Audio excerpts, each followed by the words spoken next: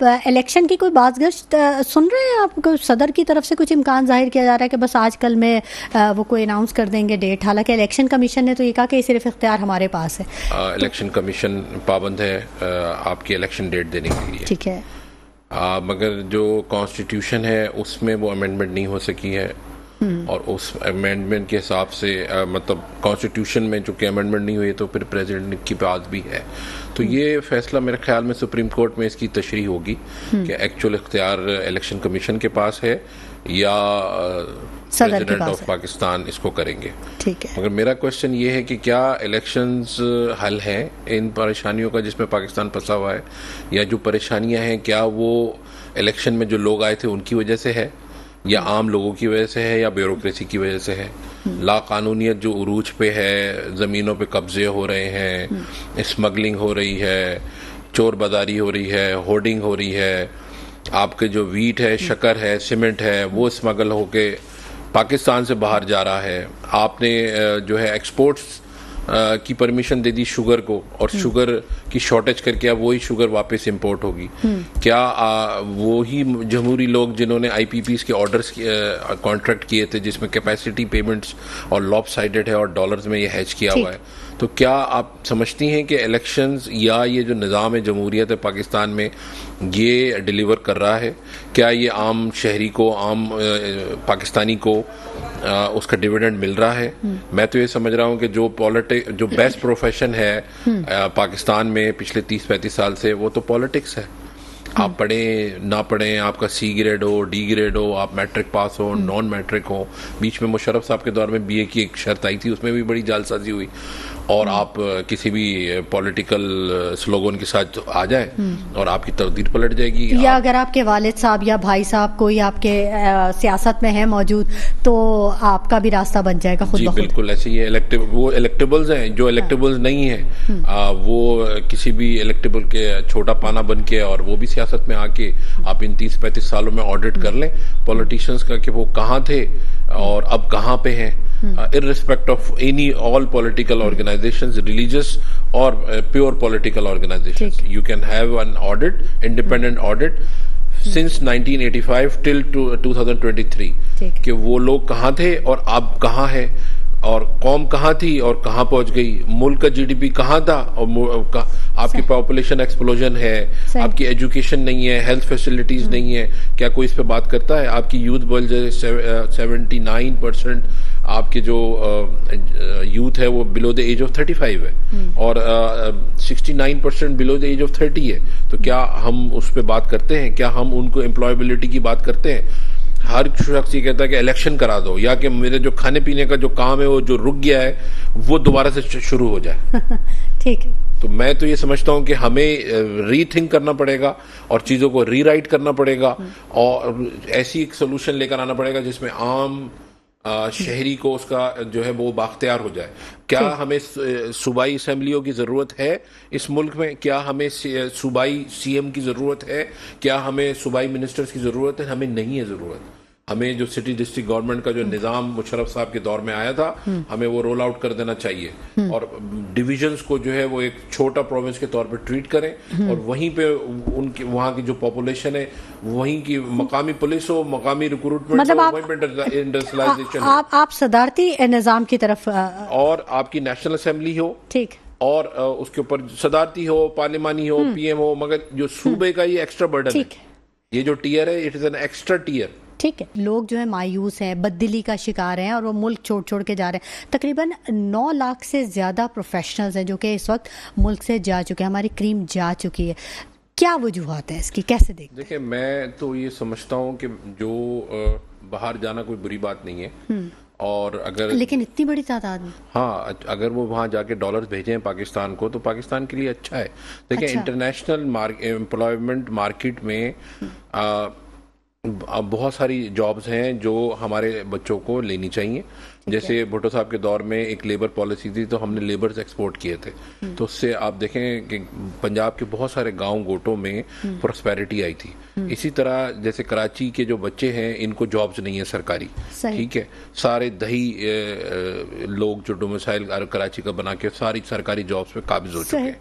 वो तो फरोग नसीम साहब ने एक स्टे लेके और रुकवा दिया, वरना जाते जाते भी ये 50,000 लोग भर रहे थे कराची के मुख्तलिफ सरकारी इदारों में। तो एक बहुत नेक काम किया उन्होंने, और ज़ाहिर है वो MQM को रिप्रेजेंट कर रहे थे उधर। तो अब आपके पास क्या ऑप्शन है यहाँ के कराची के बच्चे के पास कि वो IT के स्किल्स सीखे और बाहर जाए, और एक बच्चा जाए, 2 बच्चे जाएं और अब रिपैट्रिएट करें, पैसों को फॉरेन रेमिटेंस भेजें। इसमें कोई खराबी नहीं है। अगर अपॉर्चुनिटी, एक दरवाज़ा बंद होता है तो आप ये देखें कि वो 9 लाख कौन लोग गए हैं। ज़्यादातर उसमें से वो लोग गए हैं जो पाकिस्तान में या कराची में जिनको जॉब्स नहीं दी जा रही। तो ज़ाहिर है वो तो फिर निकलेंगे ना, दुबई जाएंगे, अमेरिका जाएंगे, कनाडा जाएंगे, बड़े-बड़े डिग्री होल्डर हैं, या डिग्रीज तो ख़त्म हो जाएंगी आने वाले वक्त में। जो 4th इंडस्ट्रियल रेवोल्यूशन है उसमें आने वाले वक्त में यूनिवर्सिटीज़ और ये सब रिडंडेंट हो जाएंगी। और अब जो वक्त है वो टेक्नोलॉजी का है, और वो वक्त है जो प्रैक्टिकल का, इनोवेशन का है। अभी अमेरिका में जो है, अभी मैंने किताब पढ़ी थी तो उसमें 6 मिलियन जॉब्स अवेलेबल है। सही। और जो है 2.4 मिलियन लोग अनएम्प्लॉयड है। मगर वो लोग जो अनएम्प्लॉयड है वो हमारे एज ग्रुप के हैं, आउटडेटेड है। ठीक है। और जो उनको जॉब चाहिए वो आने वाले जो टेक्नोलॉजीज हैं, जैसे जब हम पढ़ते थे या जो बच्चों ने हमारे शुरू किया पढ़ना 15-20 साल पहले, तो वो A फॉर एप्पल और B फॉर बैट था। अब आका फोनोटिक्स पे चले गया। मैं नहीं पढ़ा सकता, नर्सरी के बच्चे को नहीं पढ़ा सकता। तो चीजें बहुत सारी चेंज हो गई हैं, पैराडाइम शिफ्ट हो चुका है। लेकिन हमारे यहाँ तो निसाब वही है जो हमारे अब्बा ने पढ़ा, वही हमने पढ़ा। नहीं, ऐसा नहीं है। हमने तो वही पढ़ा। जाहिर है मैंने 93 में MBBS किया था, तो हमने तो वही पढ़ा। मगर अब जो बच्चे हैं वो डिफरेंट पढ़ रहे हैं। अब चीजें चेंज हुई हैं। देखें, सारी चीजें खराब नहीं है पाकिस्तान में, जैसे हम उसको बिल्कुल ही आउटराइट कंडेम कर देते हैं, ऐसा नहीं है। हमारे पास जो है ना वो आइलैंड्स ऑफ एक्सेलेंस है, जैसे मोटरवे पुलिस है, फेडरल बोर्ड ऑफ रेवेन्यू में कस्टम्स का जो वीबॉक्स सिस्टम है, या पाकिस्तान सिंगल विंडो उन्होंने बनाया है, या आपके नादरा है, बहुत सक्सेसफुल प्रोजेक्ट है, सिविल एविएशन है। तो ऐसा नहीं है कि पूरा सिस्टम खराब हो गया। 19-20 के साथ है। मैं कभी भी पेसिमिस्टिक नहीं हुआ हूँ, ऑप्टिमिस्टिक हूँ, बट रियलिस्टिक भी हूँ कि हम जो कौम है ना पाकिस्तान की, वो बहुत अच्छी है। लोग बहुत अच्छे हैं, प्यार करने वाले हैं, एक दूसरे को अकोमोडेट करते हैं। जब कोई आफत आती है, कोई जल्जला आता है, तो सब आउट ऑफ द वे जाते हैं। को रंग, जात, नस्ल सबको भुला के लोग आगे जाके उनको रेस्क्यू करते हैं। और आप या कोई हादसा खुदा ना खास्ता हो जाता है रोड पे या रेल पे होता है, तो आप देखें जो हमारी कौमियत और हमारी जो भाई ब्रदरहुड जो है वो बिल्कुल जाग जाता है। तो ऐसा नहीं है भाईचारा, तो वो ऐसा नहीं है कि हम लोग इस तरह के लोग हैं। मगर बेसिकली पाकिस्तान जो है ना वो कैप्चर हो गया इलीट कैप्चर के हाथ में। वो जो 2%, 3%, या जिस चीज को जुल्फकार अली भुट्टो ने 1970 में तोड़ा था, मगर वो बैकफायर कर गया और आपकी पूरी मईशत डूब गई और तबाह बर्बाद हो गया। फेडरलिज्म का शिकार है। हाँ, जो लैंड रिफॉर्म्स नेहरू ने किए थे ना, वो लैंड रिफॉर्म्स हमें यहाँ करने चाहिए थे। या जो बंगाल में लैंड रिफॉर्म्स हो गए थे, ईस्ट पाकिस्तान जिसको कहते हैं, और अब बांग्लादेश हो गया, तो यहाँ पे जो एरिस्टोक्रेटिक लैंडेड एरिस्टोक्रेटिक जेंट्री है, उसको जो हमने अपने सर पे बिठा रखा, उसको हमें हटाना चाहिए। उसके बाद उसको रिप्लेस किया आपकी इंडस्ट्रियलिस्ट, जैसे नवाज शरीफ और इस तरह के जो लोग आए हैं जिन्होंने बहुत फॉर्चून्स क्रिएट किए, और ज़ाहिर है वो पॉलिटिक्स से ही अपने फॉर्चून्स उन्होंने क्रिएट किए। या लोगों ने लैंड ग्रैबिंग की, या आपको पता है रियल एस्टेट को हम इतना प्रमोट करते हैं। रियल एस्टेट एक इकोनॉमिक टर्म्स में आप जाके देखें तो वो एक मेजर फैक्टर है आपके इन्फ्लेशन का। सही। लोग कहते हैं जी 57% वो चलती है, जो है डाउन स्ट्रीम वो अलाइड इंडस्ट्रीज चलती हैं। मगर आपकी जो मईशत बेहतर होगी वो मैन्युफैक्चरिंग से होगी। और किस चीज़ की मैन्युफैक्चरिंग से होगी? उस चीज़ की मैन्युफैक्चरिंग से होगी जो आप एक्सपोर्ट कर सकें। आप टेक्सटाइल वालों को सर पे बैठा रखा हमने पिछले 70 सालों से। Textile is just like flagging a dead horse. तो अब आपको चीज़ों से निकलना पड़ेगा। आपकी ब्लू जो इकोनॉमी है, जो आपके ओशंस हैं, आपकी जो जो फिशरीज हैं, जो श्रिम्स हैं, उसको एक्सपोर्ट्स करें, उसको एक्सप्लोर करें, IT को एक्सप्लोर करें, हार्डवेयर को एक्सप्लोर करें। मगर टेक्सटाइल में सारी मराहत ले लेते हैं, और वो जो आपकी मशीनें हैं, लूम्स हैं, वो आउटडेटेड हैं। आप उतनी अच्छी वो फैब्रिक नहीं बना सकते। और वो एक आध चीज़ में पाकिस्तान को एज है। तो हमें जो है ना वो पूरा रीराइट करना पड़ेगा चीज़ों को। ठीक है, वो रूट देख लेवल लिया, से काम करने की हमने जरूरत देख लिया सारी चीजें करके। तो जो लोग ऑलरेडी चीजों को कैप्चर करके बैठे हुए हैं, वहीं उन्हीं के नुमाइंदों को हम जा ले आते हैं, उन्हीं के लोगों को हम मिनिस्टर बना देते हैं। तो वो कॉन्फ्लिक्ट ऑफ इंटरेस्ट है। अगर एक इंडस्ट्री का मिनिस्टर बनेगा तो वो कॉन्फ्लिक्ट ऑफ इंटरेस्ट है। वो इंजीनियरिंग डेवलपमेंट बोर्ड में जाके वो ये शो, मैंने तो खुद देखा, हमने केस भी किया हुआ है कि जी मैं ये ट्रांसफार्मर बनाता हूँ और ये लोकल मैन्युफैक्चरिंग है तो कोई इंपोर्ट नहीं कर सकता, और फिर वो सबको खुद इंपोर्ट भी कर रहा है और as an importer, as a manufacturer से बेनिफिट ले रहा है और पूरी मार्केट को कैप्चर कर लिया। यही तो करप्शन है ना, यही तो करप्शन ये इलीट कैप्चर है। This is called elite capture. अपने इंटरेस्ट को प्रमोट। तो हमें ये देखना चाहिए कि किन लोगों को लगाना चाहिए। अब आपकी जो फाइनेंस मिनिस्ट्री है पिछले 30 सालों से 7-8 चेहरे हैं जो घूम घूम कर आ रहे हैं। तो अगर वो इतने सक्सेसफुल आपके इकोनॉमिस्ट हैं आज, तो दूध के नहरी बहने चाहिए ना पाकिस्तान में। मगर बार बार कभी वो इनडायरेक्ट इलेक्शन से आ जाते हैं, कभी वो जो है वो सेनेट के थ्रू अंदर घुस जाते हैं, या कभी वो आपके जो है केयर टेकर में आ जाते हैं। और उल्टी सीधे आप देख लें, आपके सामने 7 लोग हैं, मेरे हिसाब से तो इन पे पाबंदी होनी चाहिए कि ये इस्लामाबाद में एंटर ना हो। और वो एक वो बज़वर्ड्स आते हैं इनको 4-6 वर्ड्स, या आप स्टेट बैंक के ऐसे आदमी को गवर्नर लगा देते हैं जो इंटरनेशनल मॉनेटरी फंड में या वर्ल्ड बैंक ग्रुप में कोई लोअर एशेलॉन ऑफिसर होता है और उसका ब्लाइंड कैरियर में वो डेड एंड पे आ चुका होता है, यहाँ के वो गवर्नर बन जाता है। ठीक है, तो ठीक है। सवाए नुकसानात के और कुछ नहीं आप देख लें सब, ये तो इकोनॉमिक हिटमैन्स हैं और चालाक लोग हैं। जो लोग जैसे जब मैं जॉब में था और हमारे चेयरमैन थे निसार मोहम्मद खान, उनसे लर्नर्ड आदमी इस वक्त कोई नहीं है, मगर वो शख्स मार्केटिंग अपनी नहीं करता। वो पिछले 5 साल से घर बैठा हुआ है और उसको पनिश किया पीटीआई की गवर्नमेंट ने, चूंकि पीटीआई के एक खास ऑफिसर थे जिनको उन्होंने पोस्टिंग नहीं दी थी। तो कंटेनर पे खड़े हो के भी वो नारे लगाते थे इमरान खान साहब के, निसार मोहम्मद में तुम्हारा ये सबसे लर्नर्ड आदमी है, वो घर में बैठा हुआ है। वो जो चालाक लोग होते हैं ना, वो अपनी मार्केटिंग करते हैं और अपनी डिफिशिएंसीज को कवर कर लेते हैं, अपनी एक इमेज बना लेते हैं और फिर उसके और बाद जो आपके इतने अच्छे पढ़े लिखे लोग यहाँ पाकिस्तान में रिसोर्स मौजूद है, हम उनको टैप नहीं करते। तो उनको भी तो आना चाहिए ना आगे अपनी मार्केटिंग कैसे करें? लोगों को पता है, मैं कह रहा हूँ, मैं मैसेजेस करता हूँ लोगों को, बताता हूँ कि भाई ये एक शख्स बैठा हुआ है, आपके हार्वर्ड के लोग पढ़े हुए हैं यहाँ बैठे हुए हैं, आपके वॉटन स्कूल के बिजनेस स्कूल के लोग पढ़े हुए हैं, आपके जो है मुख्तलिफ अच्छे इदारों में सर्व कर रहे हैं, मगर वो सारे साइड लाइन हुए हुए। तो ये आपको ऑनेस्ट एनालिसिस करके जो प्रॉपर बेहतर लोग हैं उनको निकाल के लेकर आए और वो उनके हाथ में भागदौड़ दें। एक आदमी 17 साल फाइनेंस मिनिस्टर रहा, वो सेक्रेटरी रहा है, फिर वो एडवाइजर बन गया, फिर वो एडवाइजर बन गया, वो फिर एडवाइजर बन गया। वो भाई कर क्या रहे हो? बार बार अपने सीवी को चले बेकार, तो उसको बार अपने सीवी को अपडेट करते हैं, पैसे बनाते हैं, बस निकल जाते हैं। भाई आपके एक फाइनेंस मिनिस्टर को तो आलू की और टमाटर की कीमत नहीं पता थी जब पूछी, तो चूंकि वो तो सिंध क्लब में बैठते हैं और जो है अपना उसमें बिजनेस या फर्स्ट क्लास में सफर करते हैं। तो बहुत दूर की बात है। आप कमिश्नर्स को देखें, डिप्टी कमिश्नर्स को देखें, 2-2 करोड़ की गाड़ियों में जाते हैं आलू प्याज के रेट मालूम करने के लिए, एसी में बैठे होते हैं, वहीं से नहीं, ये मैं इससे डिफर करता हूँ। आपका जो थोड़ा बहुत सिस्टम पाकिस्तान का चल रहा है वो सिविल सर्विस, जो सेंट्रल सुपीरियर सर्विस है, इसके थ्रू रिक्रूट होकर लोग आते हैं और मैंने भी उस कैडर में 25 साल जॉब की है। ऐसा नहीं है। अच्छा, हाँ, 90% वहां पे अपराइट लोग होते हैं और वो लोग जो आप डायरेक्ट इंडक्ट कर देते हैं, जैसे सिंध गवर्नमेंट में 30 सालों में जो इंडक्शन हुई है कि वो सामने पीएन खड़ा है, इधर आ चल, तू कल से डिप्टी वो असिस्टेंट कमिश्नर है, वो सिपाही खड़ा हुआ, उसको बुला के डीएसपी लगा दिया। तो इस तरह की रिक्रूटमेंट जब हुई है तो वो दे हैव नो लिमिट्स, वो प्रॉब्लम करते हैं। उनके पास कोई लिमिट नहीं है, खराब कर दिया। मगर जो आप किसी भी सेंट्रल सुपीरियर सर्विसेज के, अभी जैसे मेरा बैचमेट इस वक्त सेक्रेटरी पावर लगा हुआ राशिद लंगड़ाल, डंडा उठा लिया ना उसने, क्योंकि उसका इस वक्त कोई पॉलिटिकल बॉस नहीं है। पॉलिटिकल बॉस होता वो चुपचाप बैठा रहता। दूसरा बैचमेट जो है वो मोयुद्दीन वानी, चीफ सेक्रेटरी गिलगित बल्तिस्तान, उसके काम देखें, पूरा आईटी को प्रमोट कर रहा है, एजुकेशन को प्रमोट कर रहा है, वुमेन एम्पावरमेंट को प्रमोट कर रहा है। सही। ये दे आर डूइंग वंडर। अभी जिसका जो ये अब्दुल्ला सुंबल, जिनका अचानक इंतकाल हो गया, बहुत नुकसान हुआ पाकिस्तान का उनकी अनटाइमली डेथ से, उनका परफॉर्मेंस उनकी देख लें।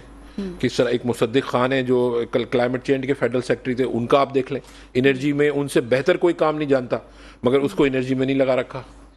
तो आप देखें लोग स्पेशलाइज कर आए अपने आगे नहीं आने मुशर्रफ के दिया। दौर में बहुत से हमारे ऑफिसर्स बाहर गए थे और प्रोफेशनल डेवलपमेंट प्रोग्राम पीडीपी कहलाता था, उसमें उन्होंने कैपेसिटी अपनी बिल्ड की है। तो उस तरह से आप लोगों को लेकर आए और उनको मौका दें और वो परफॉर्म करेंगे। मेरिट बेस्ड लोग हैं, मिडिल क्लास फैमिलीज से आए हुए हैं, इज्जत आबरू के साथ रह रहे हैं। मगर अगर आप इस तरह से जो चापलूस किस्म के अफसरान और चापलूस किस्म के लोगों को आगे लेकर आएंगे, पेट्रियोटिक हैं, बिल्कुल पेट्रियोटिक हैं और बेहतरीन अफसरान कुछ करना चाहते हैं। मेरा जो रूममेट था वो पुलिस में एडिशनल आईजीएस हो इनकसार खान अगवान, वो नेक्टा में बैठा हुआ है। उसने थोड़े से अरसे उसने यूनिफॉर्म पहना था, उसके बेटे ने उससे पूछा कि पापा आर यू इन पुलिस? तो उसने मुझे फोन करके कहा यार मेरा बच्चा मुझसे पूछ रहा है कि आर यू इन पुलिस? आपने वर्दी नहीं पहनी थी उसको, कभी इधर घुमाते हैं कभी उधर घुमाते हैं। अपराइट आदमी है, फुल ब्राइट स्कॉलरशिप पे गया हुआ है, यूएटी का पढ़ा हुआ है, गरीब फैमिली से, मतलब अब मिडिल क्लास फैमिली से, पढ़ी लिखी फैमिली से, कोई भाई किसी मल्टीनेशनल का सीईओ है, कोई भाई किसी मल्टीनेशनल का सीईओ है, और आप उसको मौका नहीं देते। निगरान हुकूमत से कोई है उम्मीद आपको? निगरान हुकूमत जो गिवन सर्कमस्टांसेस में जो बेस्ट लोग अवेलेबल हैं, 2-4 लोगों को छोड़ के जो बार बार वापस आ जाते हैं, उन जिनके लिए मैंने इनडायरेक्ट रेफरेंस दिया, मैं I don't want to take name, उसके अलावा तो बाकी जो कॉन्फ्लिक्ट ऑफ इंटरेस्ट के साथ लोग आके बैठ गए तो वो भी एक कॉन्फ्लिक्ट ऑफ इंटरेस्ट है। मगर ये कि जाहिर है कुछ ना कुछ तो बेहतरी है, प्रीवियस रिजीम से, इलेक्टेड रिजीम से तो बेहतर लोग हैं। देखिए ना, निगरान हुकूमत जैसे ही आई, क्रैकडाउन्स अचानक से शुरू हुए, सिस्टम रुक गया। सबसे बड़ी बात यह कि सिस्टम को हॉल्ट हो गया। अच्छा, जो एक सिस्टम जो चल रहा था 2008 से सिंध में, हम तो सिंध को देख रहे हैं ना, तो वो सिस्टम का हॉल्ट लग गया। अब वो उस सिस्टम में हर चीज हो रही थी, वो आहिस्ता आहिस्ता रिवील होगी, मुझे बोलने की जरूरत नहीं, आहिस्ता आहिस्ता चीजें जो है आया होती जाएंगी और लोगों को पता चलेगा कि वो सिस्टम कर क्या रहा था, क्या हमें उस सिस्टम की जरूरत है, क्या हमें उस जमहूरियत की जरूरत है जिसमें इस तरह के सिस्टम चले, जिसमें माशी कत्लेआम हो, जिसमें सियासी कत्लेआम हो, जिसमें आपका जो तालीमी कत्लेआम हो, जिसमें आपका एम्प्लॉयमेंट का कत्लेआम हो, किसी का आप हक मारे, तो फिर यही होगा जो आप देख रही हैं कि ला कानूनियत। आपको पता है ज्यादातर जो स्ट्रीट क्रिमिनल्स हैं वो हैं पुलिस कांस्टेबल्स जो अंदरूनी सिंध से कराची में आके पोस्ट हुए हैं। और अगर आप जाके डेटा निकाल के देख लें CPLC का, अभी किसी को सर पे वो बोतल मारी है, फेसबुक पे कहीं चल रहा था, तो वो भी किसी थाने का जो है ना वो हेड मॉरर था, क्या था वो, डाके पार्ट टाइम डाके डाल रहा था। तो अब आप बताएं, इस तरह का माहौल इन्होंने बना दिया है अजीबो गरीब सा।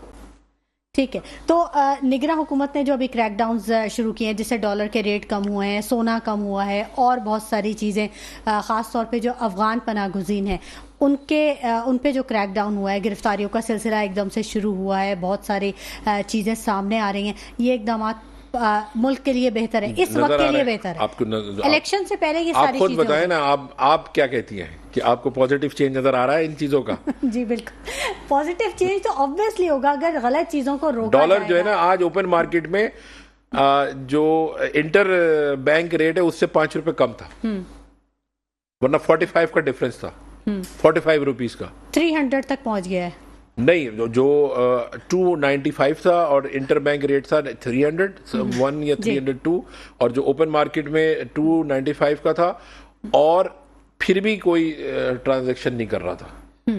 अब तो लोगों को ये एहसास हो गया ना कि अब कुछ पता नहीं है, क्या पता क्या। पेशावर की मनी चेंजिंग जो भी मार्केट है या जो बाजार है, वहां पे क्रैकडाउन हुआ ना, तो आपका अगवानी जो है वो 72 रुपए से 80 रुपया हो गया। ठीक, अब जो उनका अगवानी है, जी 8 रुपए का डिफरेंस आया फौरन। बिल्कुल आईनी ऐसा कोई नुक्ता, कोई लचक के यकदम से किसी का एहतसाब होते होते एकदम से रोक के उसको कोई पोस्ट दे दी जाए या उसको उसकी सलाहियतों को आजमा लिया जाए। इन्वेस्टिगेशन चल रही है ना, तो अभी तो वो डिसाइड नहीं हुआ कि वो इन्वेस्टिगेशन कंक्लूड होके, ठीक है, कंडीशनल है वो। देखें, अब बहुत सारे ऑफिसर्स के ऊपर भी चल रही होती है इंक्वायरी, और वो प्रमोट होते हैं, क्योंकि साबित नहीं हुआ ना अभी तक। अगर कोई कंक्लूड हो जाए, रेफरेंस बन जाए नैब में, या अगर फेडरल इन्वेस्टिगेटिंग एजेंसी में है या किसी भी इदारे में, और वहां पे कंक्लूड हो जाए और उसमें वो फाइनलाइज हो जाए कि हाँ भाई इनके ऊपर जो भी एलिगेशन है वो सही है, तो वो फिर एक डिफरेंट बात होती है। मगर अगर इंक्वायरी चल रही है या इन्वेस्टिगेशन चल रही है, तो इट डजंट मीन कि वो जो है वो डिस्क्वालीफाई हो जाएगा। हाँ, अगर वो कंक्लूड हो जाए तो फिर वो डिस्क्वालिफिकेशन क्लॉज जो है ना वो फील्ड में आ जाएगी। अगर एक आदमी जब तक फाइनलाइज नहीं हुई इन्वेस्टिगेशन और उसको कन्विक्ट नहीं किया, या फाइनलाइज नहीं किया उसको उस इंक्वायरी में, तो आप उसको जो है वो ट्रीट नहीं कर सकते कि एज इफ के वो जो भी उसकी इन्वेस्टिगेशन है जो भी हो रही है वो मुझे नहीं पता कि कौन सी क्या हो रही है, किस हेड में हो रही है। तो बिल्कुल लचक है, बिल्कुल गुंजाइश है, क्योंकि आप ऑनगोइंग इंक्वायरी में तो आप कंक्लूड नहीं कर सकते ना। ठीक है शाह साहब, पीपल्स पार्टी की कारकर्दगी को देखते कैसे हैं सिंध में? जो सूरत हाल है जगह जगह अमन अमान के हवाले से देखें या वैसे इंतज़ामी मामलात देखें, तो कारकर्दगी है पीपल्स पार्टी को आइंदा इलेक्शन में कहीं स्टैंड करता हुआ देख रहे हैं? देखें, अगर fair, free and transparent election हो जाए तो मुझे तो लगता है कि पीपल्स पार्टी वाइप आउट हो जाएगी, क्योंकि इनकी जो परफॉर्मेंस है हेल्थ को छोड़ के, क्योंकि ऑनेस्ट बात करनी चाहिए, हेल्थ में डेफिनेटली इन्होंने बहुत बेहतर परफॉर्म किया है। अदरवाइज बाकी तमाम चीज़ों में जो इंडिकेटर्स हैं वो नेगेटिव में हैं और जो है वो बिल्कुल अनसेटिस्फैक्ट्री इनकी परफॉर्मेंस रही है, एक्सेप्ट हेल्थ। वहाँ पे आइलैंड ऑफ एक्सीलेंस है और वहाँ पे घंबट में इन्होंने एक इंस्टीट्यूट बनाया, लिवर ट्रांसप्लांट होता है, NICVD है, साइबर नाइफ, जो कि इनका प्रोजेक्ट तो नहीं था, मगर मैं खुद पैफ में पहली दफ़ा जो है वो हसन नकवी जो उस वक्त स्पेशल सेक्रेटरी फाइनेंस से, उनको लेके गया, फिर सुहेल राजपूत को लेके गए, फिर हम मुराद अली शाह साहब आए और उन्होंने फिर उसकी फंडिंग शुरू की। और वो बिलावल साहब उसको ओन करते हैं कि एज इफ़ ये उनका प्रोजेक्ट है, उनका प्रोजेक्ट नहीं है, मगर डेफिनेटली उन्होंने फिर बाद में कंट्रीब्यूट किया बहुत ज़्यादा और उसको फिर नेक्स्ट लेवल पे लेके गए। तो इसके अलावा तो इनकी परफॉर्मेंस जो है ना 0/0 है। मुर्तज़ा आप साहब तो खासे एक्टिव नज़र आ रहे हैं। हाँ, कभी सफारी में नाच रहे होते हैं और कभी जो है बीच में नाच रहे होते हैं, बस यही काम रह गया उनका। अच्छा, देखें, एडमिनिस्ट्रेटर तो थे ना 1.5 साल, क्या परफॉर्म किया उन्होंने। एडमिनिस्ट्रेटर जो है, मैं ये समझता हूँ कि अगर सिटिंग गवर्नमेंट का एडमिनिस्ट्रेटर हो तो ज़्यादा पावरफुल होता है, उसके पास ज़्यादा इख्तियारात होते हैं, तो उस कैपेसिटी में वो नहीं कर सके। तो अभी जाते जाते, हालांकि आखिरी दिन बहुत सारे लोकल गवर्नमेंट के जो फंड्स हैं वो इन्होंने ट्रांसफ़र कर दिए हैं KMC के उस पर। तो अगर वो परफॉर्म करेंगे, कराची के लिए करेंगे, हम उसको वेलकम करेंगे। देखें, काम जैसे हेल्थ में हमने इनकी तारीफ की, अगर ये काम कर रहे हैं, करते तो हम इनकी तारीफ करते। सबसे बड़ा जो हमें प्रॉब्लम वो ये है कि इन्होंने सिंध के शहरी इलाकों का हक मारा है और उनके नौजवानों का जो उनको नौकरियों से डिप्राइव किया है। कराची के जो बच्चे हैं इनको जॉब्स नहीं है सरकारी, ठीक है, सारे दही लोग जो डोमिसाइल कराची का बना के सारी सरकारी जॉब्स पे काबिज हो चुके हैं। वो तो फरोग नसीम साहब ने स्टे लेके और रुकवा दिया, वरना जाते जाते भी ये 50,000 लोग भर रहे थे कराची के मुख्तलिफ सरकारी इदारों में। तो एक बहुत नेक काम किया उन्होंने और ज़ाहिर है वो MQM को रिप्रेजेंट कर रहे थे उधर। तो अब आपके पास क्या ऑप्शन है यहाँ के कराची के बच्चे के पास कि वो IT के स्किल्स सीखे और बाहर जाए, और एक बच्चा जाए, 2 बच्चे जाएं और अब रिपैट्रिएट करें, पैसों को फॉरेन रेमिटेंस भेजें, इसमें कोई खराबी नहीं है। अगर अपॉर्चुनिटी, एक दरवाज़ा बंद होता है तो आप ये देखें कि वो 9 लाख कौन लोग गए हैं, ज़्यादातर उसमें से वो लोग गए हैं जो पाकिस्तान में या कराची में जिनको जॉब्स नहीं दी जा रही। तो ज़ाहिर है वो तो फिर निकलेंगे ना, दुबई जाएंगे, अमेरिका जाएंगे।